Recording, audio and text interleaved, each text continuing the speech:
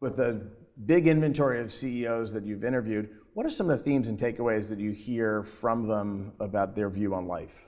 Being really great executors is extremely important when you're a leader. You not only have to be able to set the strategy, but execute it as well. I also think there's a likability factor, and that doesn't necessarily mean that they're nice people, although everyone is generally a pretty nice person. But likability meaning that they're very persuasive. They get people to do what they want to do and motivate them. When I say likability, it's not just about being nice, but also just surprising people. Kind of like out of the box thinking, I think, creates that likability. And the third thing I was going to say about that is that almost every CEO I've met drinks Diet Coke. I think that is like some sort of magic fuel for every CEO.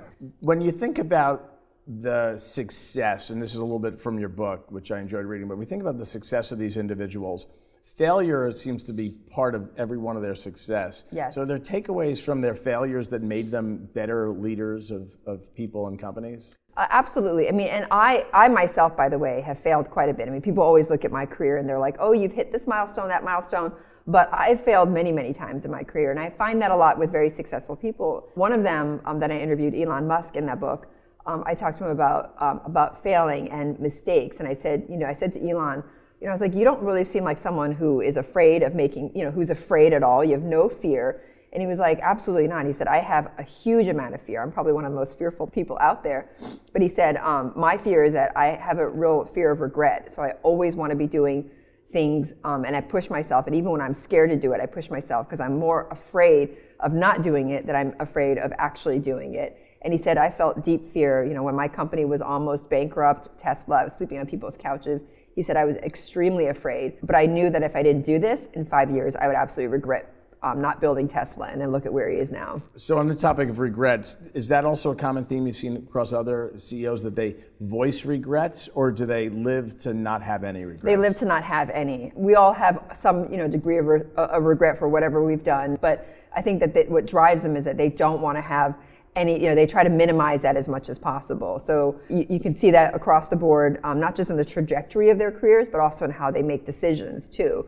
Every CEO says, look, I've not made every right decision. Many of my decisions have been wrong, but I don't regret that I went ahead and made decisions quickly or made them, decisively, because that's what we needed to do. So they try very much to not live in that sort of, wallow of, should I have done that? That backwards looking perspective. And I don't know if it's apropos to regrets, but throughout a long award-winning career as a journalist, you decided maybe in a life-imitating art moment to become a CEO, and you've created this business, Radiate. Maybe a little on Radiate, what it is and why. Very perceptive, Mitch. Yes, indeed.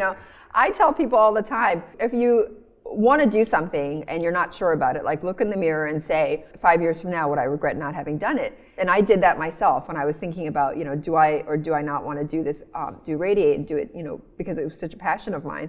And it's been great. It's been a struggle too. I mean, there's lots of ups and downs. And one of the things that other entrepreneurs have said to me is that one of the great things about building your company is that, yes, you have very low lows. I mean, there are some lows.